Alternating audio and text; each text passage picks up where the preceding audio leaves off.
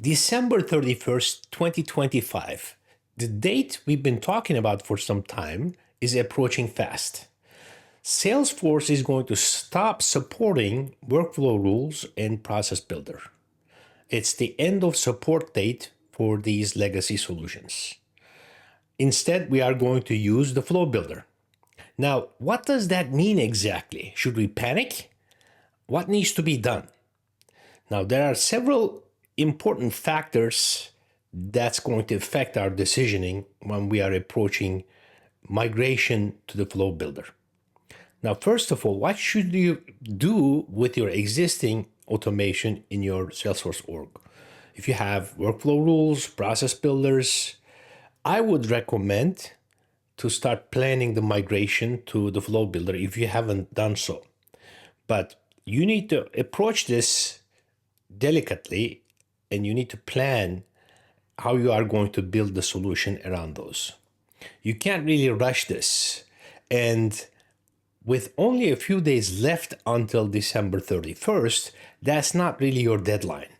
You shouldn't be worrying about that deadline too much.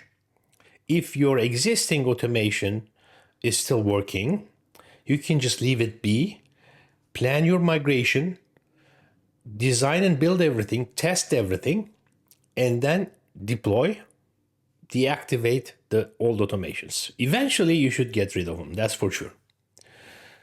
There are a couple of other popular questions that pop up. For example, what should you do with workflow rules and process builder automation that's inside managed packages? Like, for example, nonprofits use the open source nonprofit success pack, right? An NPSP package has some workflow rules built in. This question came up several times in the community, and the recommendation is that you don't touch that automation. As long as it works, you are going to leave it be, right? What will happen with workflow rules and process builders in ISV solutions? These are the AppExchange solutions that are actually running on top of your Salesforce org. And these need to be managed by the relevant parties who built them. Now, again, there are several factors that go into that process over there. Now, most of these solutions are built with the first generation packaging. And the first generation packaging does not really allow for the builder to delete automations inside the package. It's very hard to get rid of some of the old automations and to migrate them to flow. Even if they can, they will have to build the new automations, deactivate the old, test them thoroughly, and to deploy them to all of their client orgs. Now, that usually requires for them to migrate their own development to what we call a second generation packaging, which is much better in many respects. And it also allows for them to modify existing automations and, to deactivate old automations, migrate them to flow, and that kind of stuff. It gives them much more flexibility.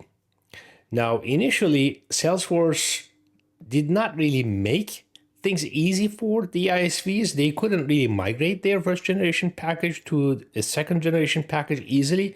Now, Salesforce provided recently solutions for their ISV partners. Now they can do that.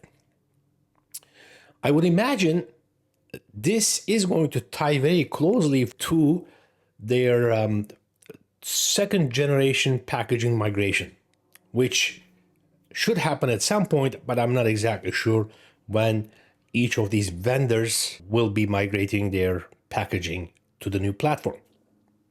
So to make the long story short, I guess you should definitely contact your vendors, your ISV vendors, whose AppExchange solutions you're using.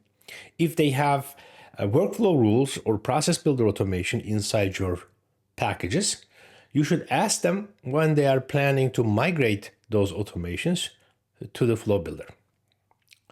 Now let's talk about some tips and tricks that you should follow when you are planning your migration. Obviously, you want to document everything that you have on workflow rules and process builders.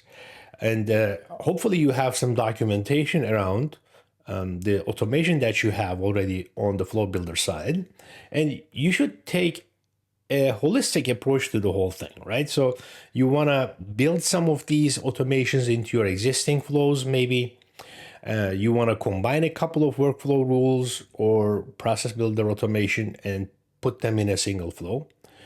And wherever you can, you should also leverage the Migrate to Flow tool that Salesforce gave us. But this tool has some limitations. It doesn't really work on every type of automation. To give you a small example, workflow rules can trigger on long text field changes.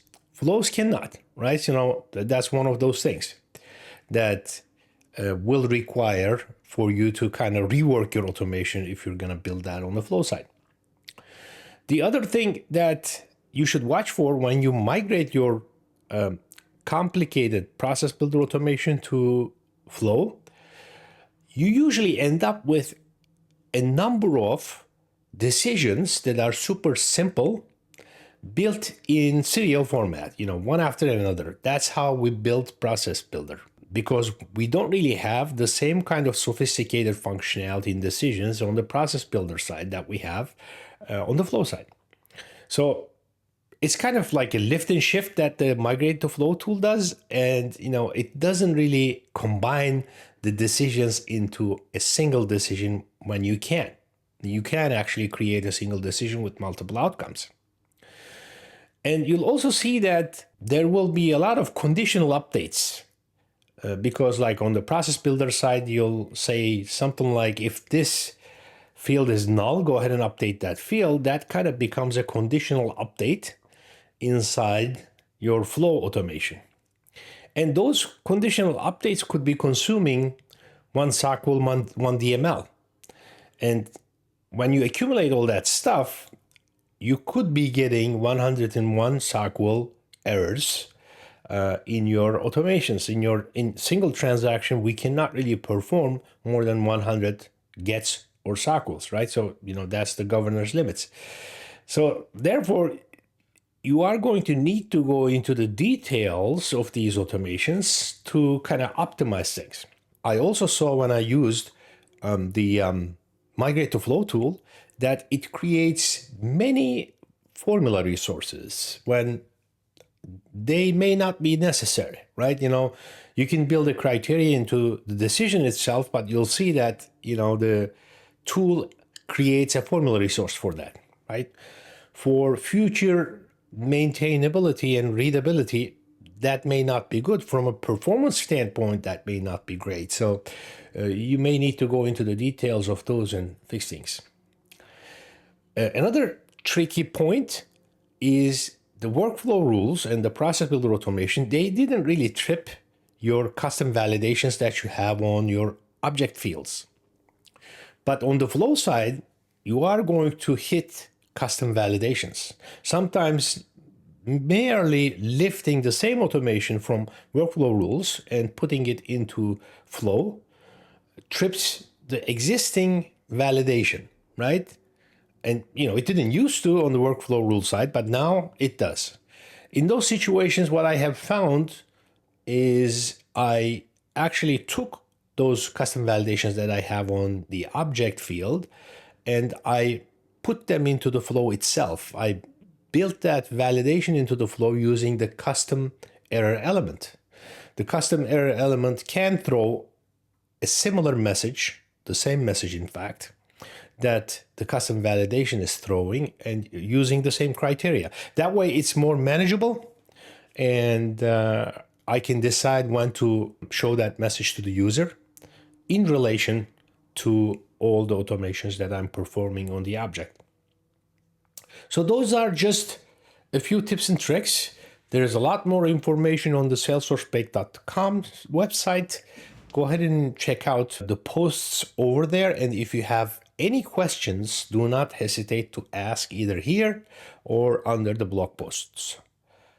Have a great day.